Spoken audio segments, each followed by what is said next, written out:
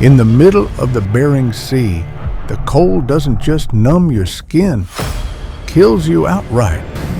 The waves aren't just high, they're walls of water ready to crush anything beneath your feet. 10 tons of king crab, $1.2 million. Sounds attractive, but in this profession, money is not the most expensive thing. The most expensive thing is a name engraved on a tombstone.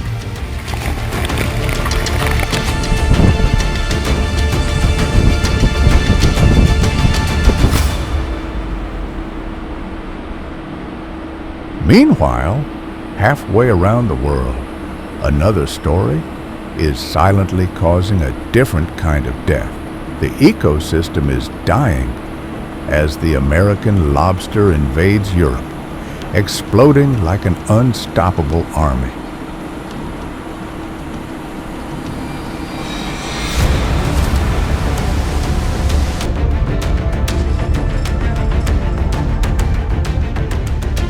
Two oceans, two crustaceans, two forms of destruction. And over the next 60 minutes, we'll enter a world where death isn't an accident. It's part of the game.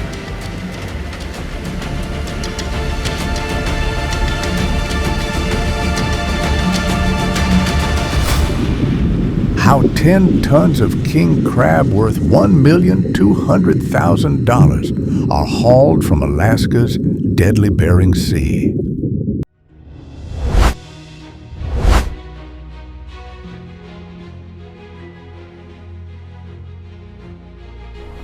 The Bering Sea spares no one.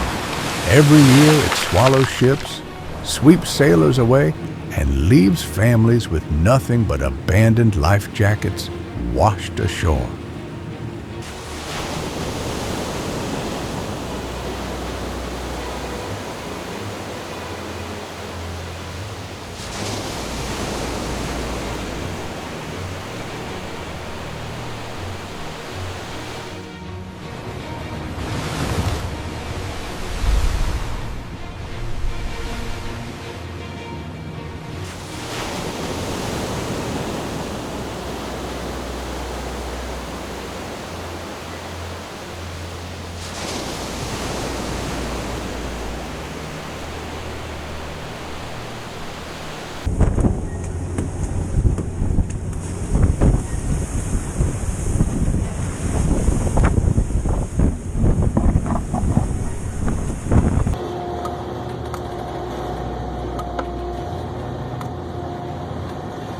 Just a cold wind can cause the body to lose heat in minutes.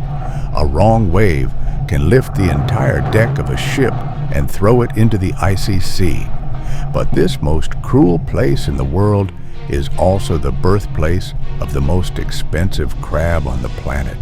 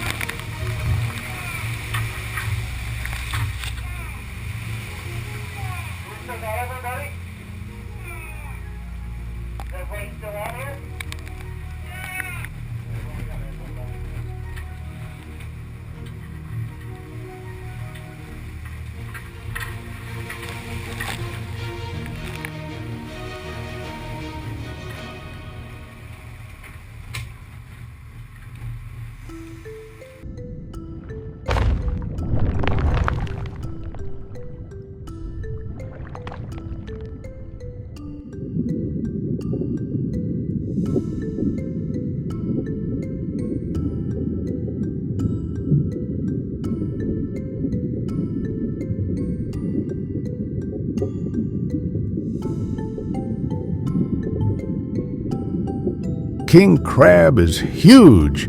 Its crustacean is as hard as steel and so rare that each fishing season becomes a death race between ships, storms, and the sea.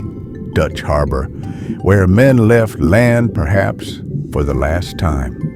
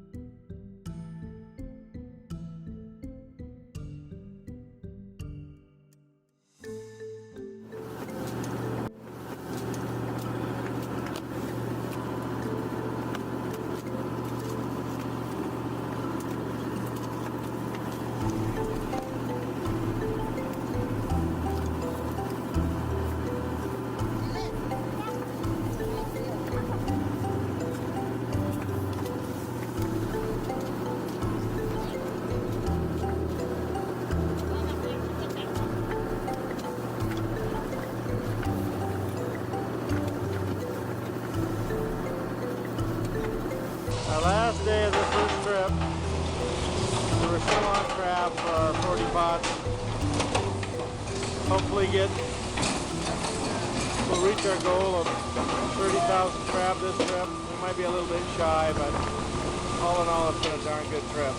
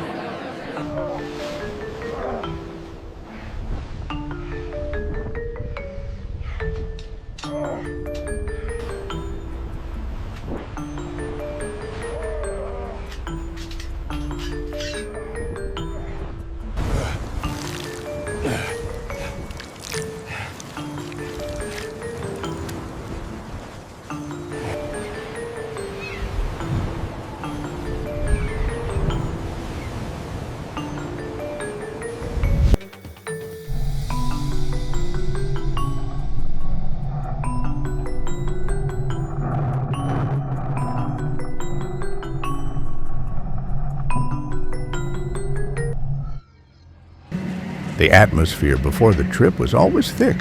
No one spoke loudly because everyone knew there was no guarantee they would return. As soon as the ship left port, the sea changed its attitude immediately.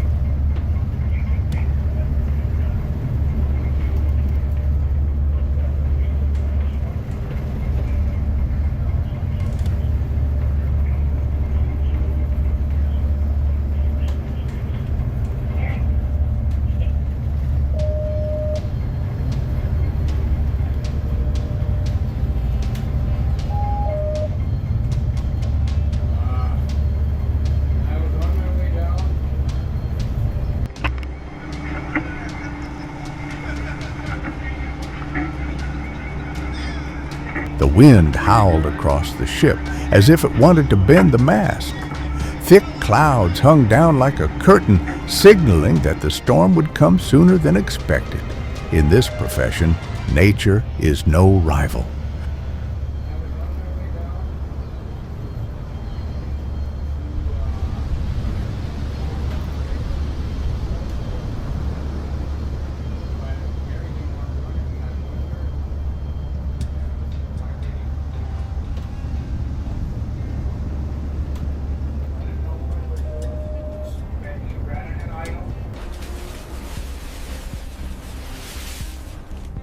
Nature is the executioner.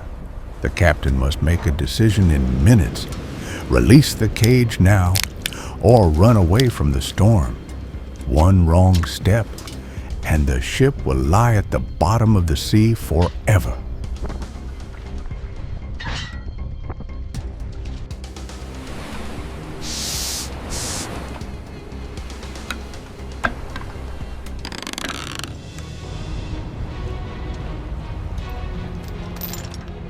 The sailors began a series of hours of work without sleep, without rest, and without being allowed to make mistakes. Because on this deck, a slip could cause them to be crushed by the cable, or swept into the sea by just one wave.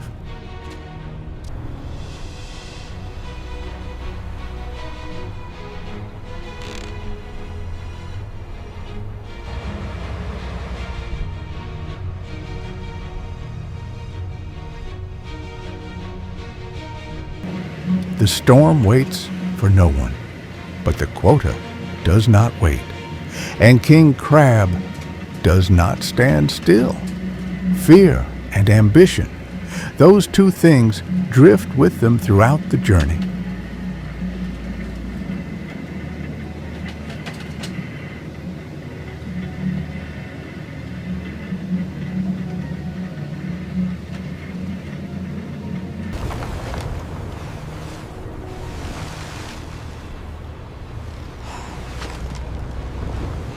In the middle of the Bering Sea, wind temperatures below 28 degrees Fahrenheit don't just sting your skin, they kill you.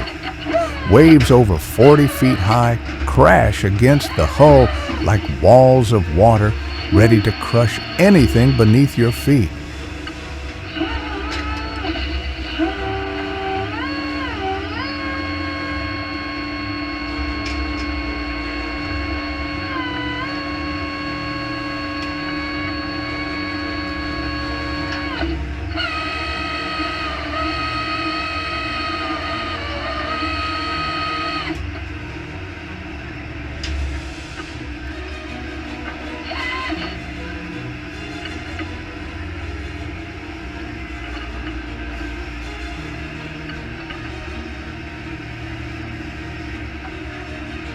On that pitch-black sea, a small ship was swaying, caught between life and death. Every time he pulled the cage, the sailor was betting with his own life.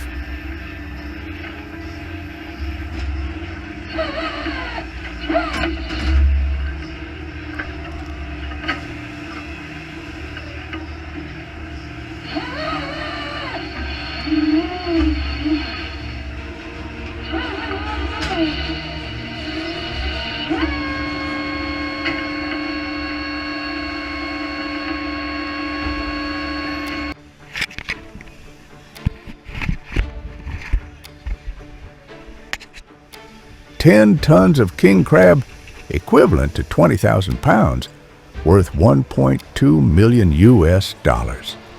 Sounds attractive. But in this business, money is not the most expensive thing. The most expensive thing is a name engraved on a tombstone.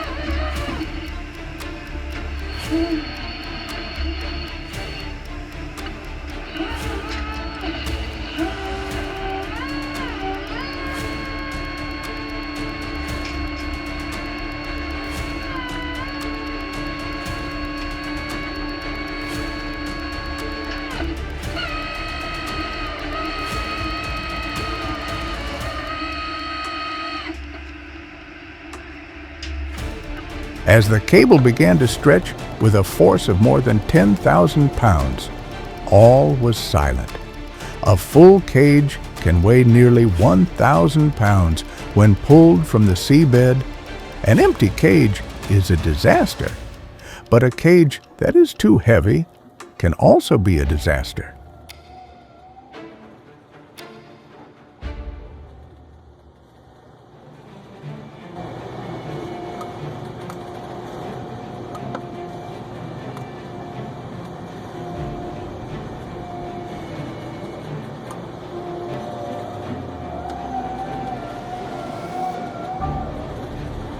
If the cable breaks, it will swing with enough speed to cut a man in half.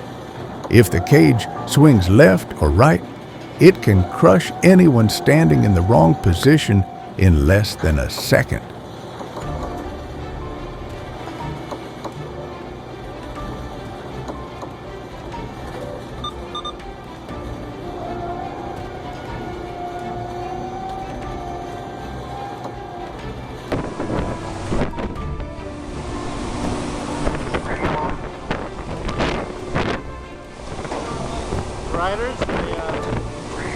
And when the first cage broke the surface of the water, they saw hundreds of bright red king crabs, each weighing 15 to 20 pounds, coiled up like a living mass.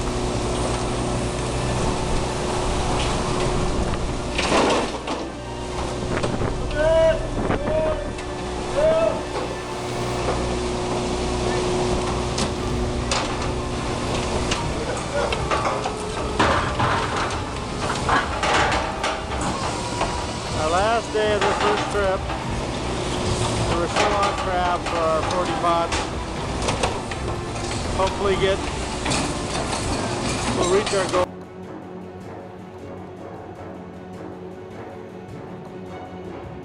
The deck instantly turned into a steel storm. The sound of metal, the sound of wind, the sound of waves, people screaming in the 10-degree Fahrenheit wind. No one could feel their fingers. No one could remember how long they had been awake. Here, exhaustion was also a killer.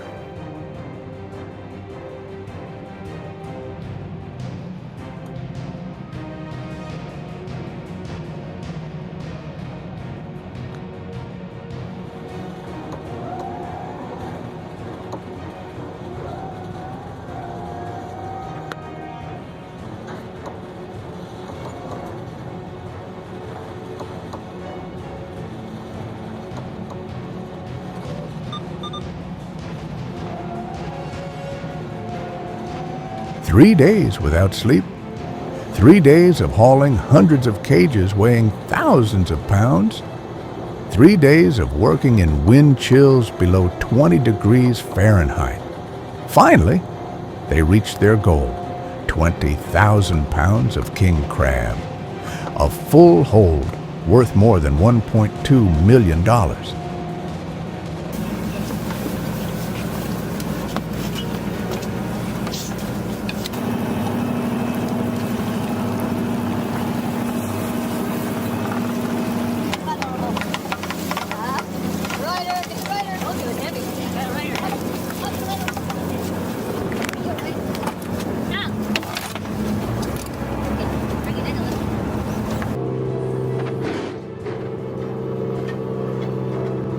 But when the ship returned to Dutch Harbor, no one celebrated. For in this business, everyone knew the cruelest truth. There is no money in every season. But there are always men who do not return.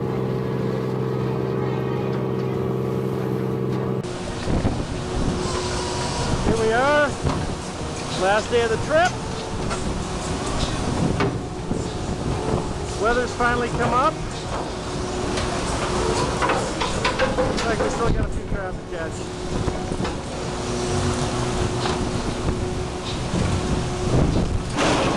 John and Danny, Peter, we on controls, and Chris getting his throwing hook ready.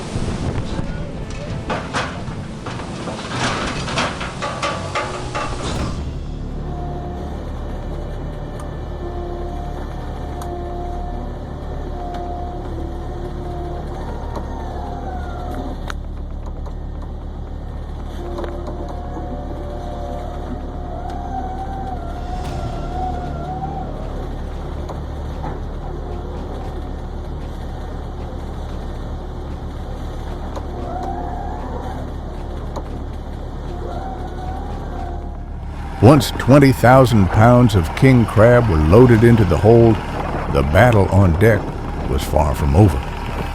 With just one mishandling, $1.2 million worth of crab could spoil, and the entire trip would be a dead end.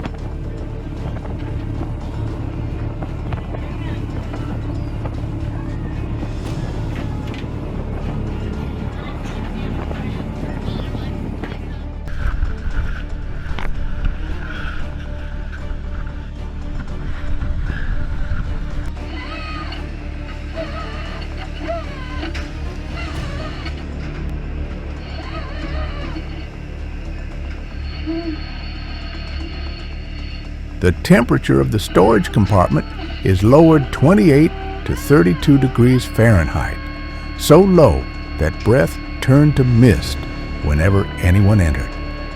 The crabs were still alive, but weakening, slowing, as if the cold itself was squeezing every inch of life out of them.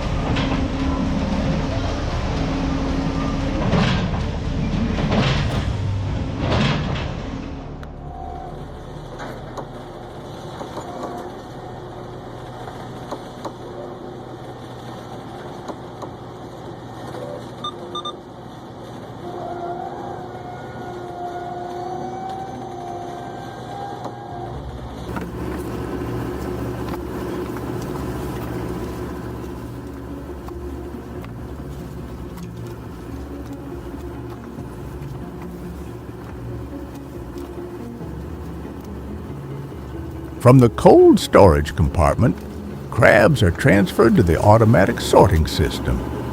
The long claws over 3 feet sandwiched between metal. Each one is weighed, sized, and coded individually.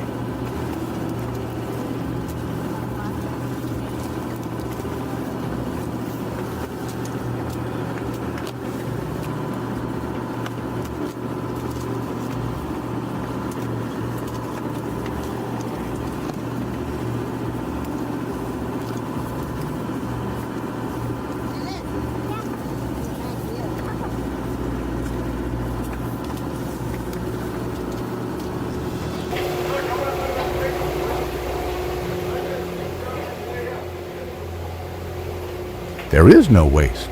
There is no delay. Every second is money. Every minute is a risk. After arriving at Dutch Harbor, the crabs are taken straight to the factory, where the temperature is colder than at sea.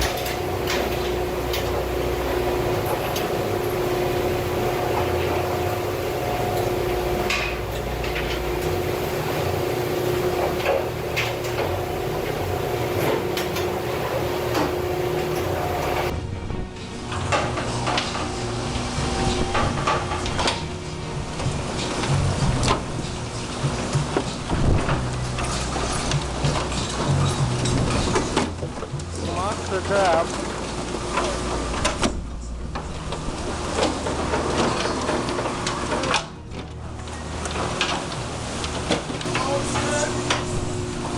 From the hopper. That's the hopper.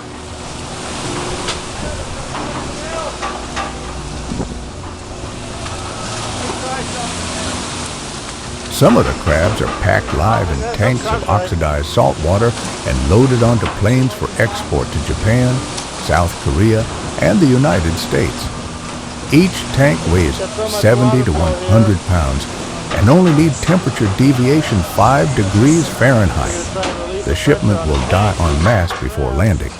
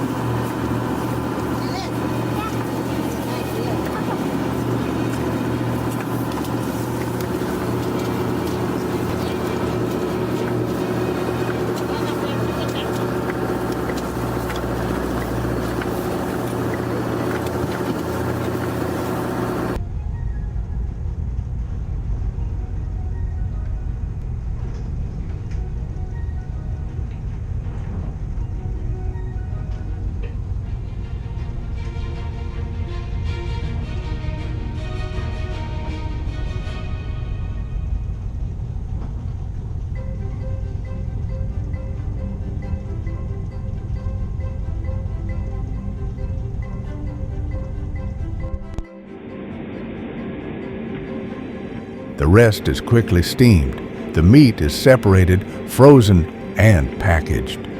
Mechanical arms grip the glowing red crab pieces and vacuum them into vacuum machines. Each bag of meat worth tens of dollars is treated like a body part.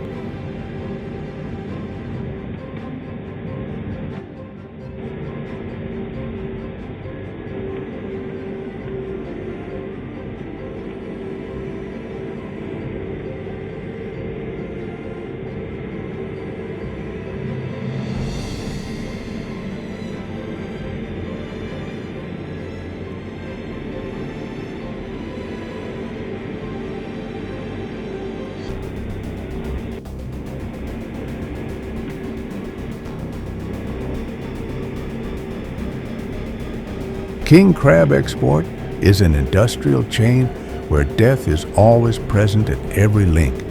Sailors face fierce waves. Workers face bone-chilling cold.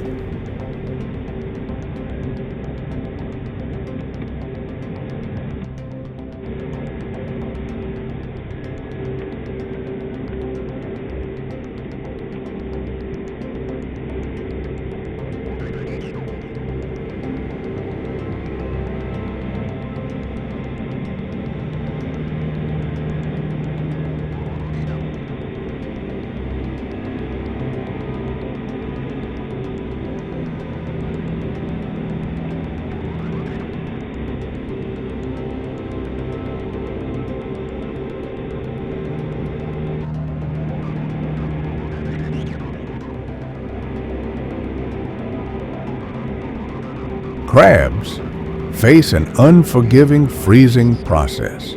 All pay the price for their bright red crab legs to appear on luxury dining tables in New York, Tokyo, or Seoul.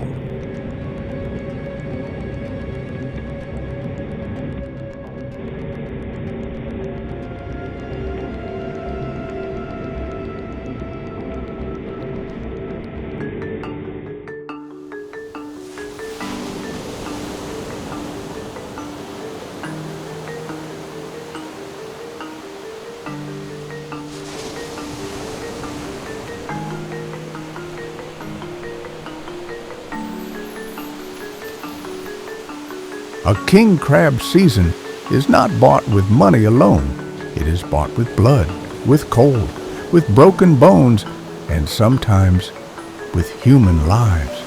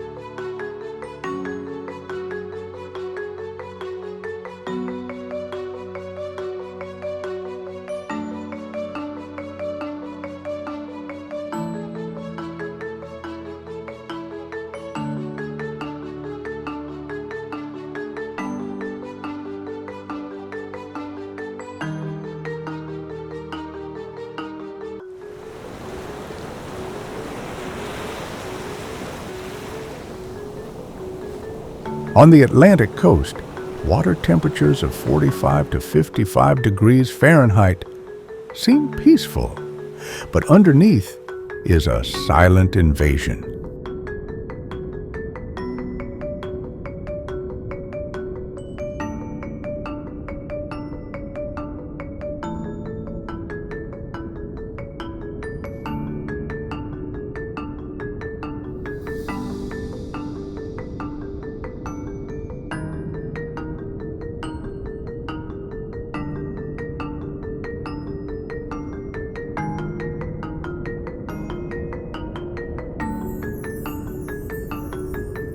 American lobster, North America's most powerful lobster, is spreading like an uncontrollable epidemic.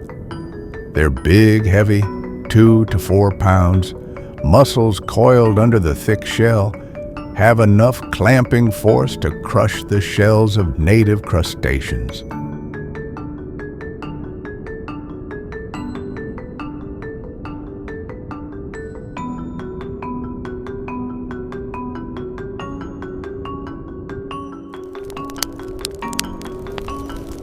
And worse, they fear nothing.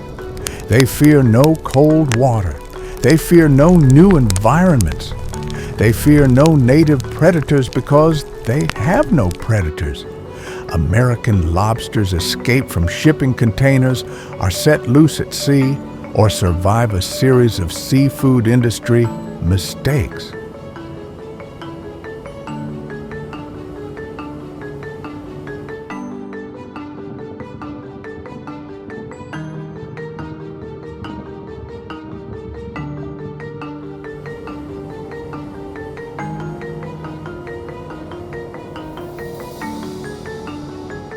In the ocean, if you survive, you multiply. And they are multiplying like an army with no end in sight. The European lobster, the symbol of Europe, is being pushed back inch by inch.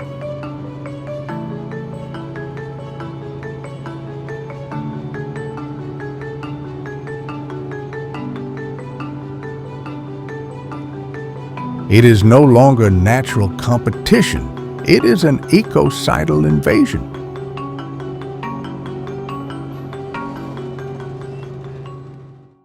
American lobster came to Europe not only to conquer, but also to make money. Lots of money. The American lobster export industry earned more than $600 million per year from the European market.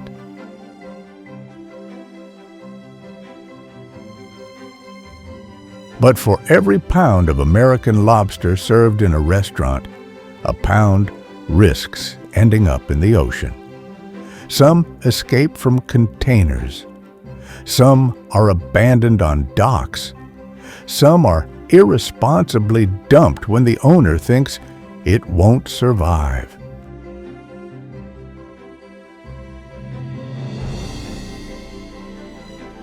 American lobster doesn't just take over territory.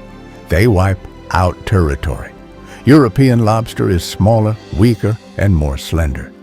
When fighting for caves, the American species always wins.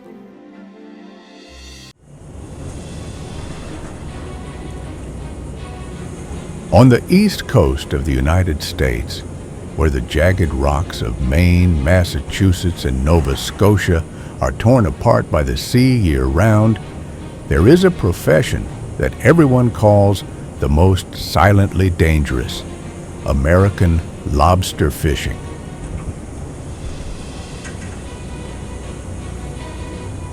Yeah, this is going to be fun for about 5 minutes.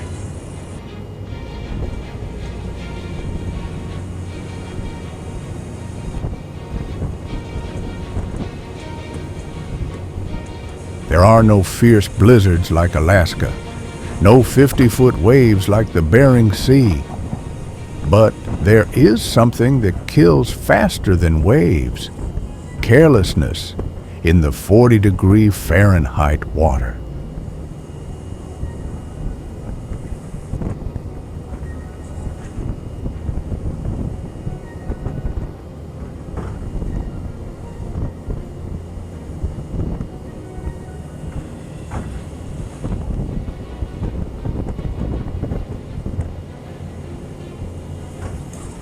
There are no fierce blizzards like Alaska, no 50-foot waves like the Bering Sea. But there is something that kills faster than waves: carelessness in the 40-degree Fahrenheit water.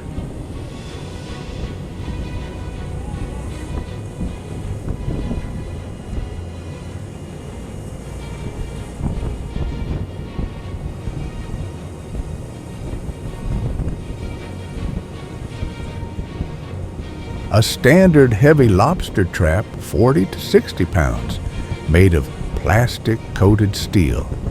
A fisherman usually releases from 400 to 800 traps. depending on the license. Stacks of traps were piled 25 to 40 feet high on the deck, making the deck unbalanced and prone to capsizing when waves crashed across it.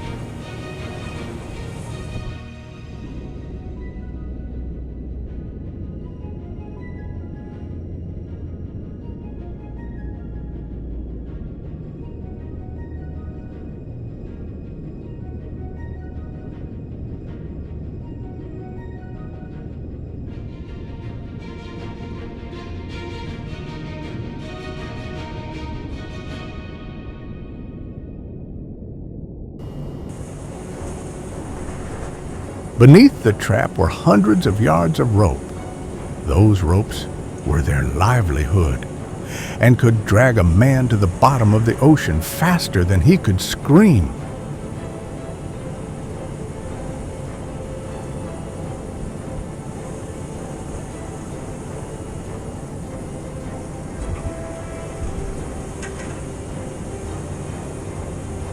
Yeah, this can be fun for about 5 minutes. When the trap fell off the deck, the rope started running. If the rope got caught on a wrist, a leg, or even just a trouser leg, the sailor would be snatched off the deck. Without a word, no one would find them in the cold, dark water.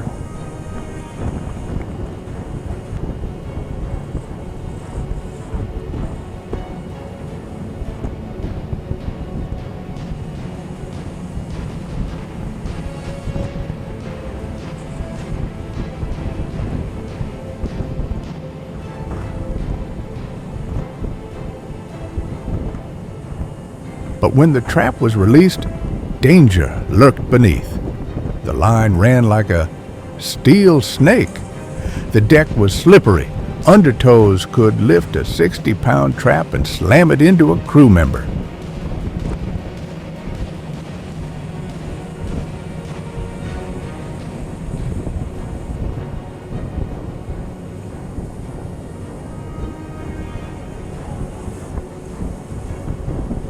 And the scariest thing, traps sometimes get stuck on the seabed, forcing fishermen to pull them out by hand or drop more line.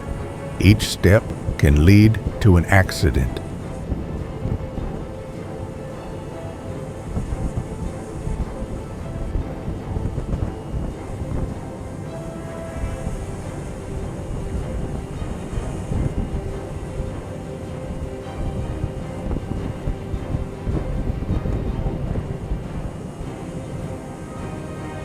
Pulling the trap is the decisive moment.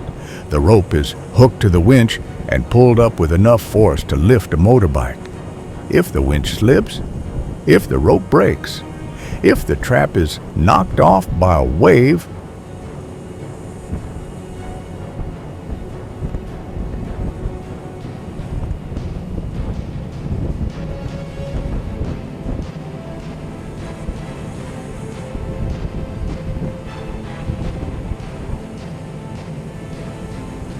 a person could be thrown off the deck or caught between the steel and the rope, lost to life in seconds. As the trap rose from the water, cold 40 degrees Fahrenheit water sprayed onto the deck like sharp blades.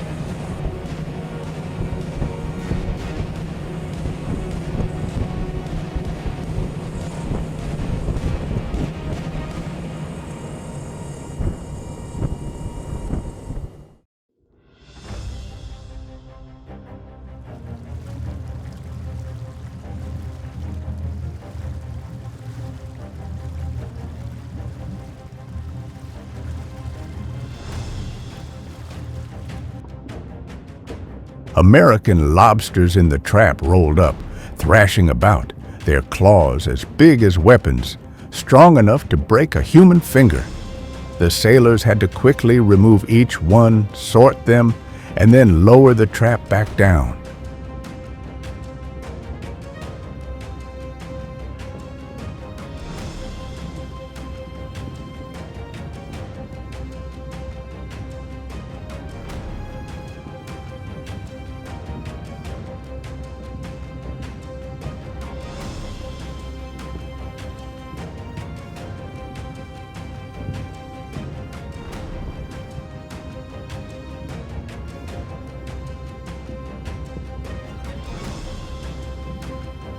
Offshore wind temperatures sometimes drop 20 degrees Fahrenheit, causing the seawater on deck to freeze. Every step is a gamble with death. Live lobsters are transferred to oxygenated saltwater tanks, kept at 38 to 40 degrees Fahrenheit to keep the meat firm. But just a few minutes of reduced oxygen, they die en masse.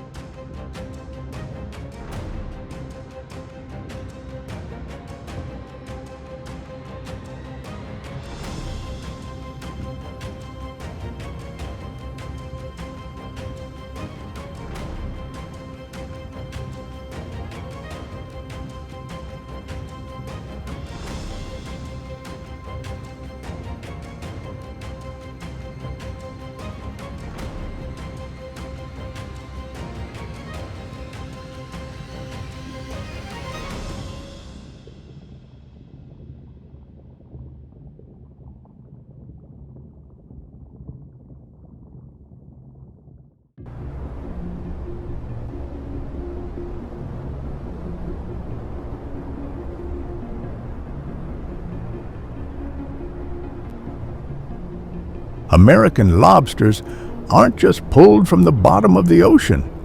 They also have to survive a long, cold, and heartless journey, where humans count every ounce of meat, every last breath in the tank.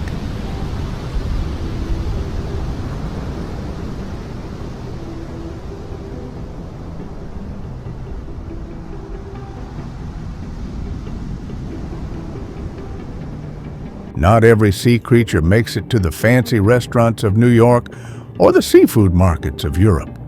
Only those that pass through harsh industrial processes become commodities.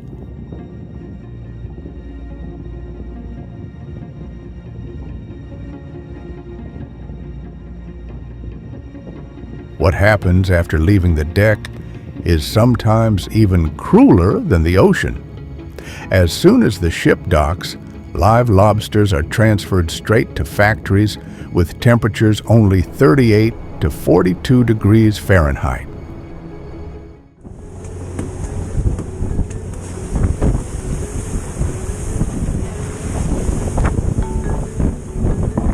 The air was so cold that breath turned to mist. The floor was covered in cold seawater, and white neon lights illuminated seemingly endless tanks.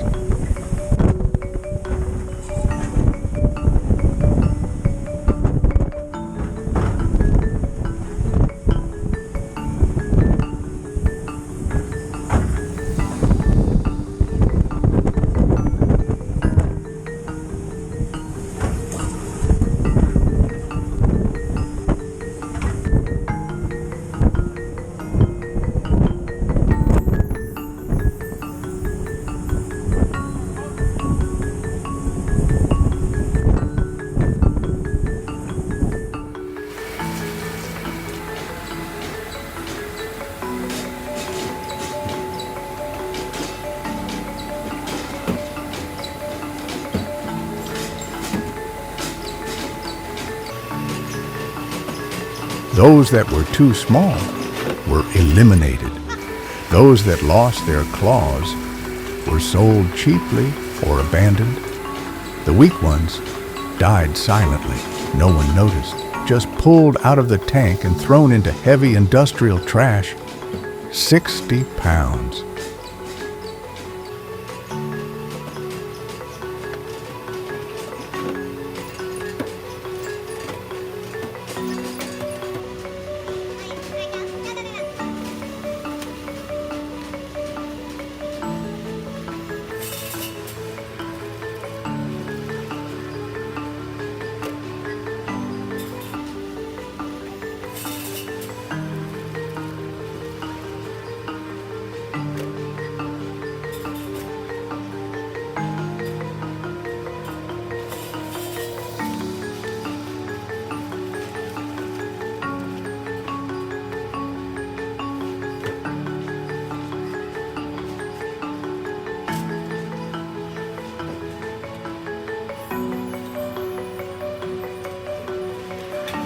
Before export, each lobster is cleaned under cold salt water. 35 degrees Fahrenheit workers must wear thick rubber gloves because the water is so cold that it can cause numbness and frostbite within minutes.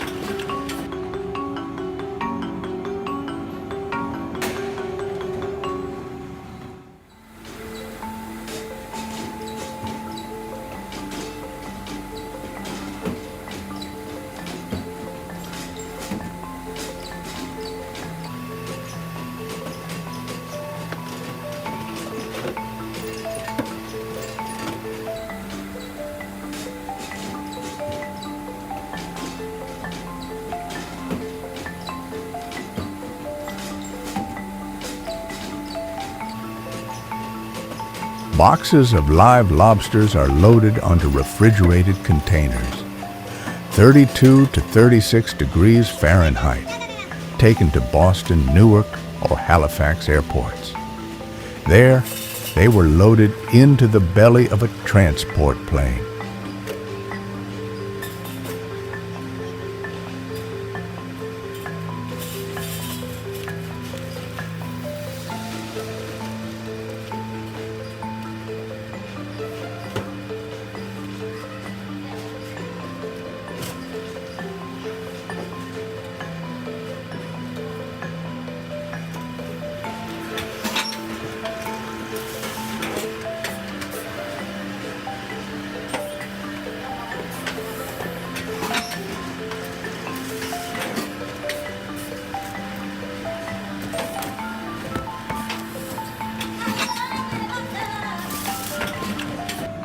Halfway around the world, American lobster tells a different story. One not of sweated money, but of silent invasion.